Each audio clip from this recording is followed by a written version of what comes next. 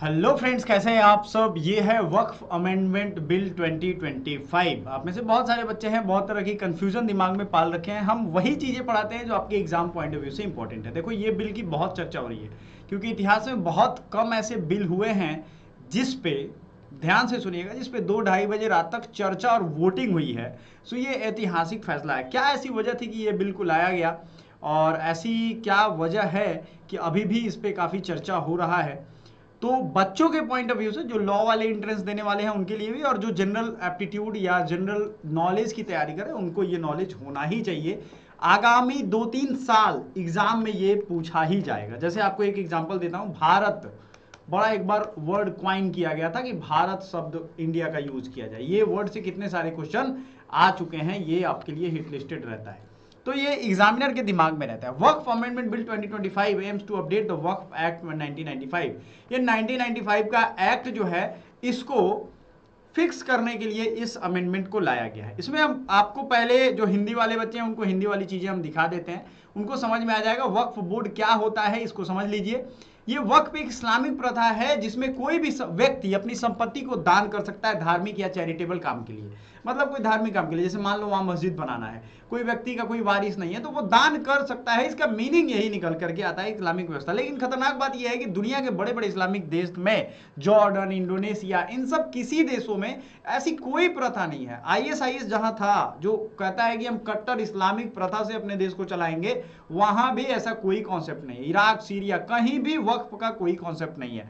देखो, मेरा क्या मानना है मैं आपको आखिरी में बताऊंगा, लेकिन आपका क्या सोचना है ये जरूर बताइएगा, एक सॉफ्ट वे में, हार्ड वे में नहीं। क्योंकि हमारा डेमोक्रेसी है, लोकतंत्र है, ये याद रखिएगा। हर किसी को अपनी बात रखने का अधिकार है।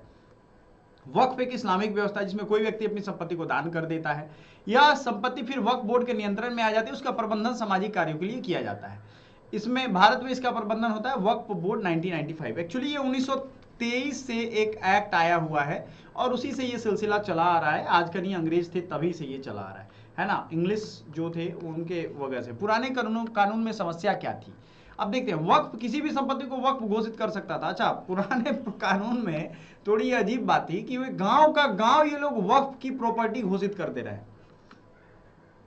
बात समझ में आ रहा है आपको। मान लो कि वो किसी गांव से गुजर रहे हैं, उनके कुछ ऐसे चुनिंदा नेता हैं, चुनिंदा कुछ होशियार लोग हैं जिनका काम ये है। एक्चुअली न्यूज में इसलिए आया क्योंकि तमिलनाडु के 2-3 गांवों पे इन्होंने दावा कर दिया था। वेट द्वारिका, जो कृष्ण की नगरी थी, उस पे भी इन्होंने दावा कर दिया है। खतरनाक बात ये है, ये सब मैं नहीं कह रहा हूँ, पार्लियामेंट में डिबेट में भी निकल के सामने आया।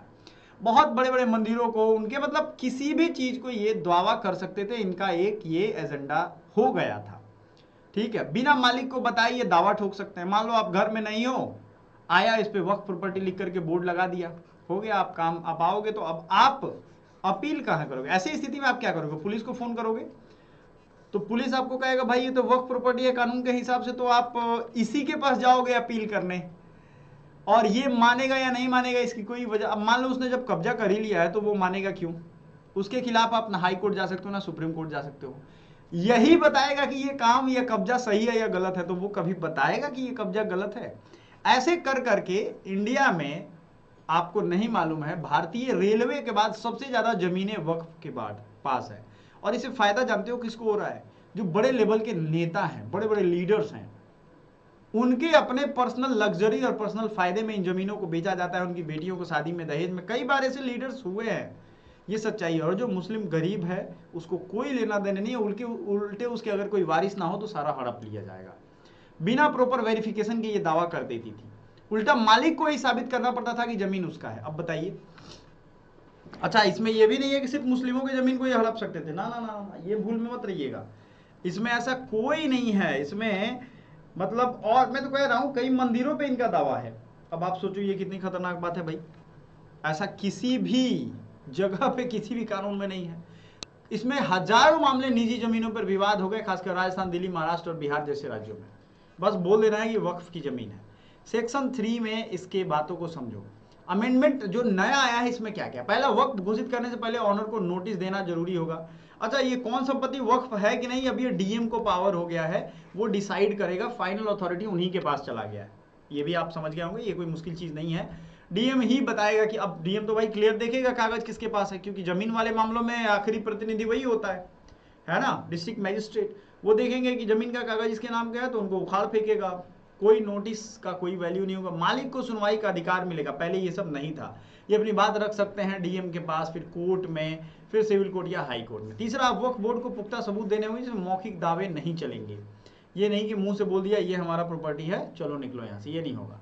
विवादित संपत्ति पर बिना कोर्ट के फैसले पर कोई वक्फ दावा नहीं कर सकता। अब चूंकि आपके पास कागज है, पेपर है, आप लेकर के जाओगे तो कोर्ट उस पर फैसला देगी, तब तक ये नहीं कि वक्फ बोर्ड वहां आकर के और अपना कब्जा जमा ले, ये भी नहीं होगा। ठीक है, यानी कोई भी जमीन अब एक तरफा वक्फ नहीं बन सकती। इसमें बता रहा हूं आपको, जैसे कई बार क्या होता था कि प्रॉपर्टी में कोई वारिस नहीं है तो महिलाओं को वारिस नहीं समझाता था, उनका वक्फ कब्जा कर लेती थी। महिलाओं को भी उत्तराधिकार है, हर धर्म में है भाई, है ना। ये इसलिए बहुत गड़बड़ था इसमें। गरीब जो मुस्लिम के, जैसे सिया वक्फ बोर्ड, सुन्नी वक्फ बोर्ड, इनका अलग अलग बोर्ड है। ठीक है, दूसरी चीज, इनमें भी जो और कैटेगराइज है मुस्लिम्स कैटेगरी में, उनका कोई प्रतिनिधित्व इस वक्फ बोर्ड में नहीं था। ये एक टेंशन वाली बात थी, है ना। सेक्शन 4 बिल की जरूरत क्यों थी भाई? क्योंकि इस तरह से कई सारे रिपोर्ट आई जिसमें स्कूल, मंदिर, निजी संपत्तियों पर दावा किया गया था। सरकार कहती है यह बिल निजी संपत्ति की रक्षा और न्याय की प्रक्रिया को मजबूत करता है। ठीक है, भाई प्राइवेट प्रॉपर्टी के भी तो कुछ वैल्यू होना चाहिए, कि कोई भी आए बोल दे कि ये मस्जिद का है या ये वक्फ का है जमीन, तो ये गड़बड़ हो जाएगा। सेक्शन 5 विवाद और समर्थन। कुछ संगठनों का कहना है कि अल्पसंख्यक के अधिकारों के खिलाफ है, यह बिल इलीगल कब्जों और मनमानी रोकने के लिए लाया गया है। ठीक है, ये भी चीज सही है। अल्पसंख्यक के अधिकारों के खिलाफ क्यों होंगे? माइनॉरिटी, पहली चीज तो आपको अगर नहीं मालूम है, संविधान अगर आपने ठीक से पढ़ा है, माइनॉरिटी की क्लियर कोई डिफिनीशन हमारे संविधान में नहीं लिखी गई है। ये नेताओं ने माइनॉरिटी माइनॉरिटी माइनॉरिटी चिल्ला चिल्ला करके, जैसे आपको रोज सुबह उठ करके बोला जाए कि आप कमजोर हो, आप माइनॉरिटी हो, तो आपको लगने लगेगा हाँ यार हम तो कमजोरी है। ये नेताओं का हल्ला किया हो। कॉन्स्टिट्यूशन में कहीं भी रिलीजियस माइनॉरिटी का जिक्र नहीं हुआ है ना। भाषाई आधार पे माइनॉरिटी का जिक्र हुआ है, ये चीज समझ लो आप।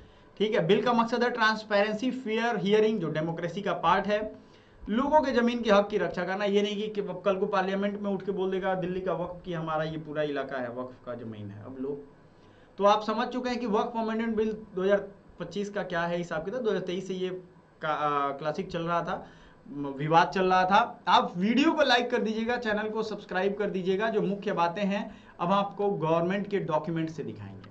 ठीक है, इसमें प्रीवियस जो एक्ट है उसके शॉर्टकमिंग्स को दूर किया गया है, उसके जो बोर्ड होंगे उसको इफिकेसी को बढ़ाया जाएगा। Updation of definition of Waqf, improving the registration process, increasing the role of technology in managing Waqf record.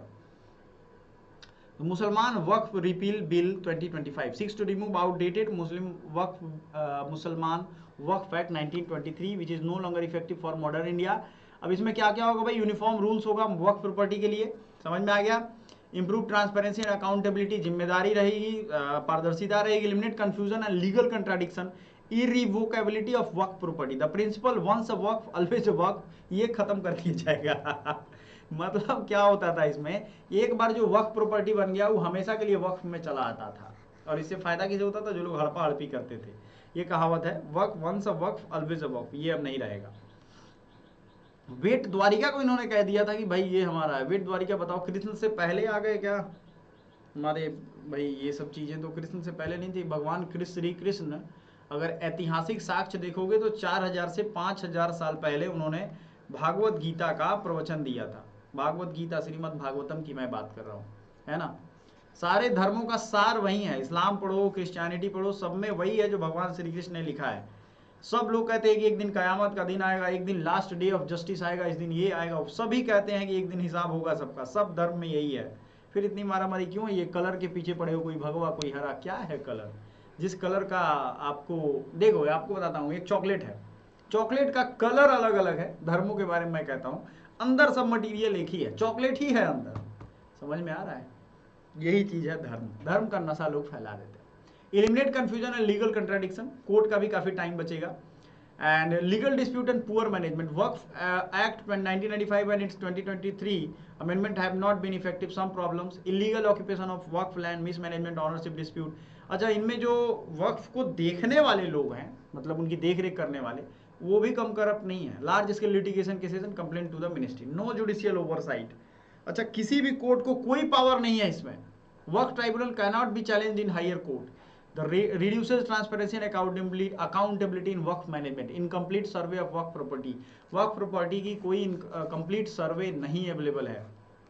Survey commissioners' work has been poor, leading to delays. It is even the states like Gujarat, Uttarakhand survey have not been started. Uttar Pradesh survey ordered in 2014 still pending. Lack of expertise revenue department का जो registration process करती है. Misuse of work laws. Some state work board have misused their powers, leading to community tensions. Section 40 of Work Board Act widely misused their private property as work property, causing legal battle unrest. ढेर सारा case मुकदमा हुआ है। ये जो law वाले बच्चे हैं ना, उनको याद रखना है, section 40 of the work act की वजह से प्राइवेट प्रॉपर्टी को बहुत सारा वर्क प्रॉपर्टी डिक्लेयर कर दिया गया था। समझ में आया? ये चीज याद रखिएगा। Age of information, out of 30 states data was given only by 8 state where 515 property have been declared waqf under section 14। अगर किसी को वक्फ की प्रॉपर्टी डिक्लेयर करनी है तो सेक्शन 40 बहुत जरूरी है। Constitutional validity, the Waqf act applies only to one religion which no similar law exist for other. अच्छा, ये भी चीज है कि इसमें ऐसे कोई कानून दूसरी जगह नहीं है भाई। The Delhi high court has asked the central government to respond to the issue, है ना। PIL वगैरह फाइल हुआ है, चलते देखते हैं। की फीचर्स ऑफ द एक्ट 1995 में क्या था? वर्क एक्ट, इसका नाम है unified work management empowerment efficiency and development act. Formation, work board could be formed by declaration user endowment या वक्फ अल औलाद। Removes the waqf by user, allows formation only through declaration endowment. Donors must be practising Muslim for at least 5 years, must own the property.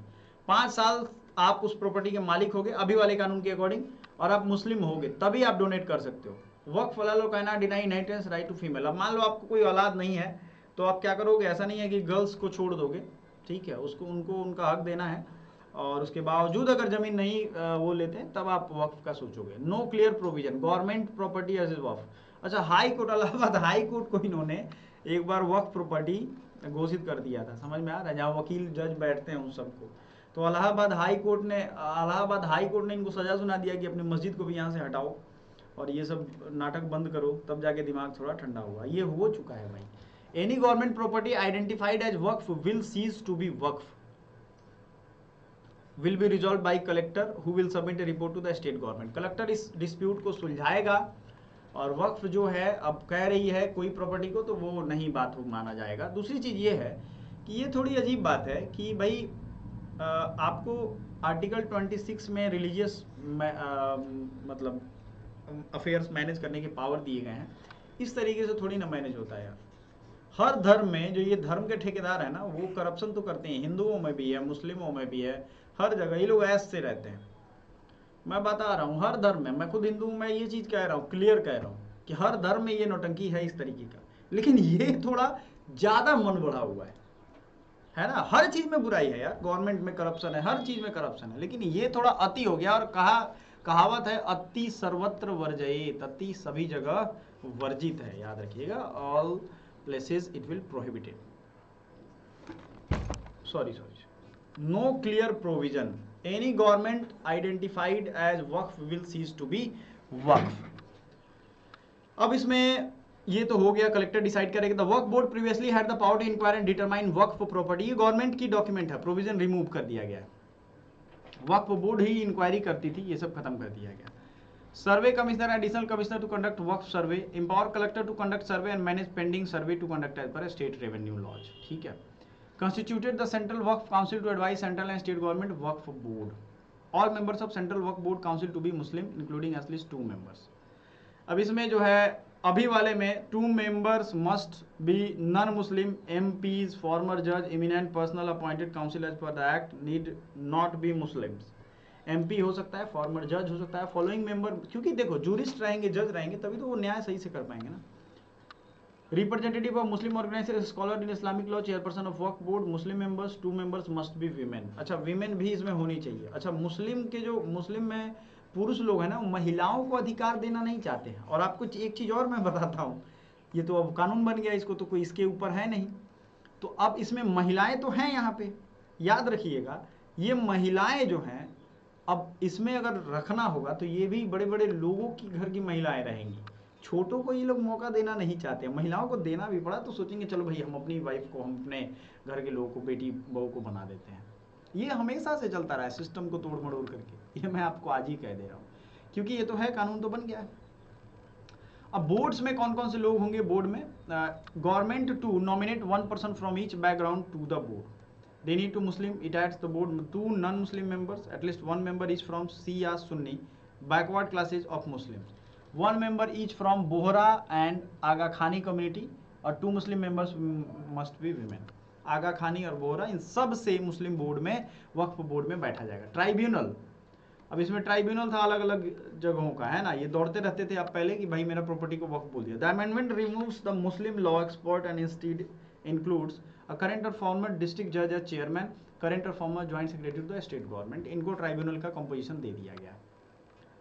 The bill omits provision deeming finality to tribunal's decision. अच्छा, इसमें क्या था कि tribunal जो कह देती थी वही बात मानना है। अब ये आप 90 दिनों के अंदर हाई कोर्ट में जा सकते हो अगर आपको कुछ भी इसमें अपील करना है तो। डिसीजन ऑफ द ट्रिब्यूनल, इसमें क्या था, ट्रिब्यूनल का फाइनल था, लेकिन मान लो ट्रिब्यूनल अभी वाला बनेगा, उसमें भी आप अपील कर सकते हो, कोई दिक्कत नहीं है। वो किसके लिए होता था? वक्फ बोर्ड का कोई दावा कर दिया तो वो ट्राइब्यूनल में जाते थे, उधर से भी राहत नहीं मिलती थी और बात कुल मिलाकर के खत्म हो गया। मतलब ये तो अजीब बात है कि इस काम के लिए हाई कोर्ट और सुप्रीम कोर्ट का पावर भी छीन लिया गया था, ये थोड़ा अजीब है। हालांकि देखो, पावर छीनने के बावजूद भी वो पावर का इस्तेमाल तो कर ही सकते थे, हाई कोर्ट और जाता था केस, ऐसा नहीं है। Separate Waqf board allowed for Bohra and Aga Khani sect along with Shia and Sunni. अब inclusion of non Muslim member in Waqf board and central Waqf council, तो सबसे ऊपर होता है सेंट्रल। अब ये सब हमने बता दिया आपको। Non Muslim are stakeholders like donor, litigant, lessee, tenants in Waqf management. Section 96 empowers the central government to regulate the secular activities of work institution including governance, social economic, welfare matters, code ruling, ये सब ठीक है। Conclusion तो है ही, आप देख सकते हो। ये गवर्नमेंट की मतलब इसको कहते हैं PIB से लिया गया है, वक्फ अमेंडमेंट बिल 2025। ओवरव्यू यही है। क्लियर हो गई चीज़ें? मिलते हैं अगले वीडियो में एक अलग सेंसेशनल टॉपिक के साथ, जो आपके काम का भी होता है, जो आपके पढ़ाई का भी होता है। Thank you so much, bye for now.